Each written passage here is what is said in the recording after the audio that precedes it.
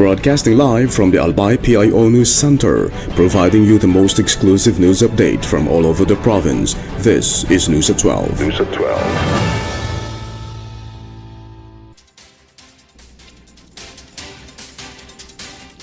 In the local scene, the Provincial Tourism, Culture and Arts Office is highlighting local cuisines across Albay in celebration of the Filipino Food Month 2026. The campaign features a series of posts showcasing Bicolano dishes from different cities and municipalities. The initiative aims to boost cultural appreciation and attract more visitors by promoting the province's diverse culinary heritage. The office is urging the public to support local farmers, cooks, and food businesses while positioning Albay as a culinary tourism destination.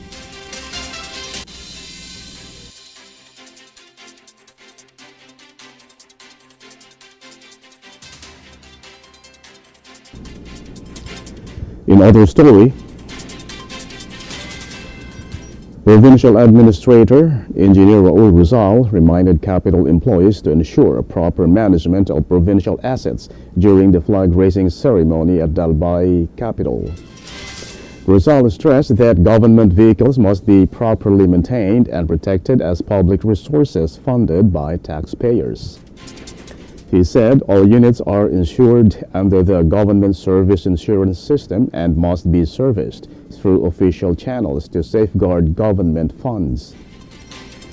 He directed drivers and maintenance personnel to attend a specialized seminar to strengthen vehicle management and ensure compliance. The measure aims to prevent misuse, reduce maintenance costs, and improve accountability in the use of government vehicles.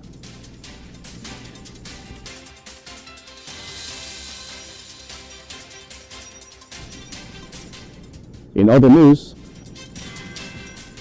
the Albay Provincial Persons with Disability Affairs Office will hold the second batch of its Reach Independence and Sustainable Entrepreneurship Program from May 8 to 10 to boost livelihood opportunities for persons with disabilities.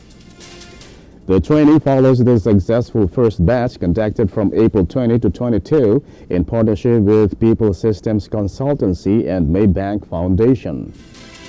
Participants from Legazpi City and Daraga joined the initial three-day session focused on basic entrepreneurship skills for persons with disabilities and their guardians.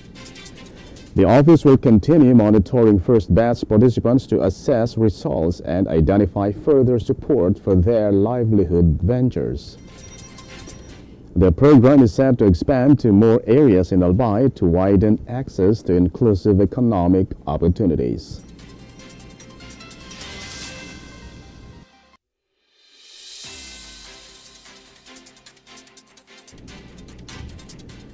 In the national scene,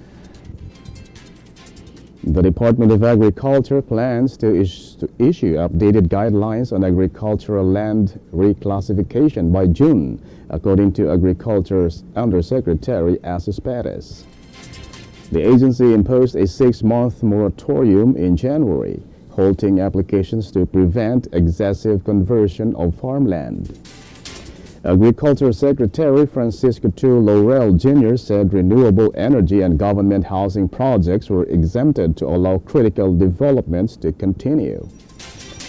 The suspension also passed pending appeals, while the DA reviews policies amid rising demand for land use changes. A technical working group has been formed to revise the guidelines with specific amendments yet to be disclosed.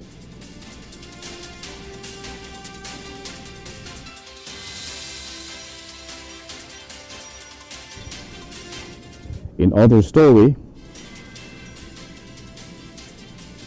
Bicol Saro Party Representative Terry Redon said a case on alleged confidential fund misuse, bribery, and unexplained wealth against Vice President Sara Duterte is already closed for him, citing sufficient documentary evidence. He said the House Committee on Public Accounts sees probable cause based on findings including alleged unexplained wealth and possible betrayal of public trust and constitutional violations. Redon pointed to Anti-Money Laundering Council flagged transactions amounting to 6.7 billion pesos involving Duterte and her husband from 2006 to 2025 as a strong evidence that raises questions on their declared wealth. He added that the defense did not dispute the figures but questioned their interpretation, while stressing the large gap between declared net worth and alleged financial movements. Redon also said the committee is still set to discuss alleged death threats made by Duterte against President Ferdinand Marcos Jr. during the upcoming impeachment deliberations.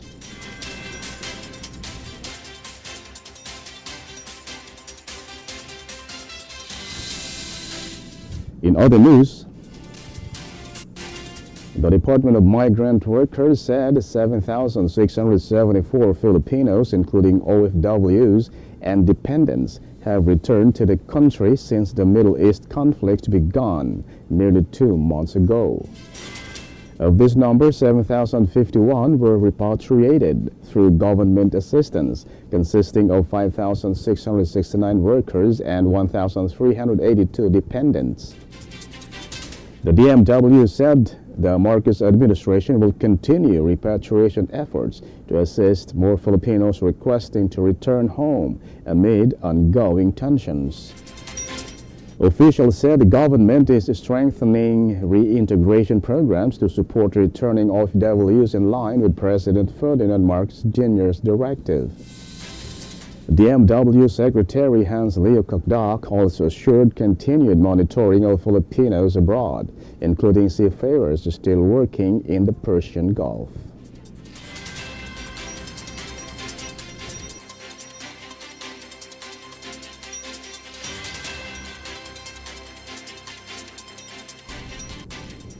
And in the news outside the country,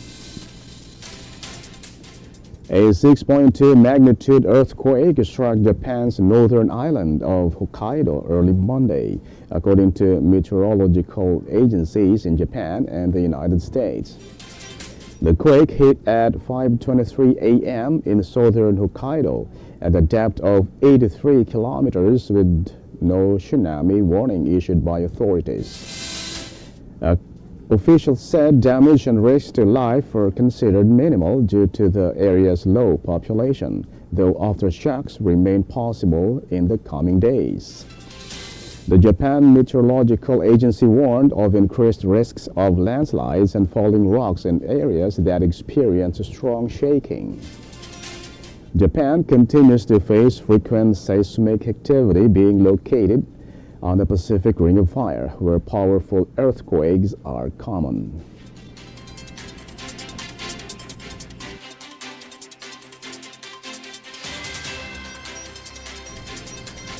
In other story, Iranian President Masoud Pezeshkian called on citizens to conserve electricity, saying there are no current shortages but wasteful use should be reduced. He said Iranians should cut back on usage such as turning off unused lights as part of efforts to manage national energy consumption.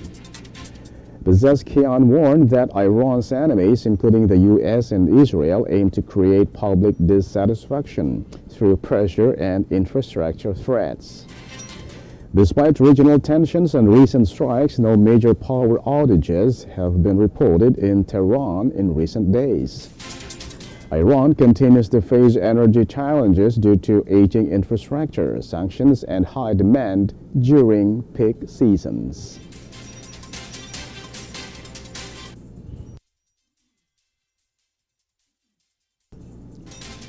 And finally, in the news outside the country, a Sumatran orangutan has been recorded crossing a man-made canopy bridge for the first time, according to conservation group Tanggu Hutan Katulistiwa and partners.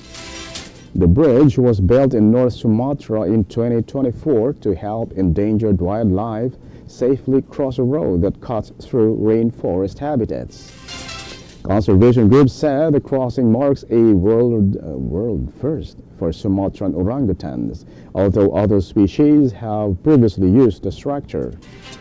The project aims to reduce habitat fragmentation caused by road expansion, which has affected an estimated 350 orangutans in the area. Conservationists said their success shows infrastructure and wildlife protection can coexist, and hope similar bridges will be used more widely in the future. And that's the news at 12, April 28, 2026. We'll be back tomorrow for more news updates.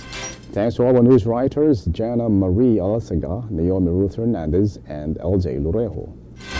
And on the technical side, Chad Bobis, and our Provincial Information Officer, OIC Marty Gonzalez, and under the supervision of our Governor, Noel E. Rosal. I am Greg Hallare. Thank you for subscribing. Albay in my heart.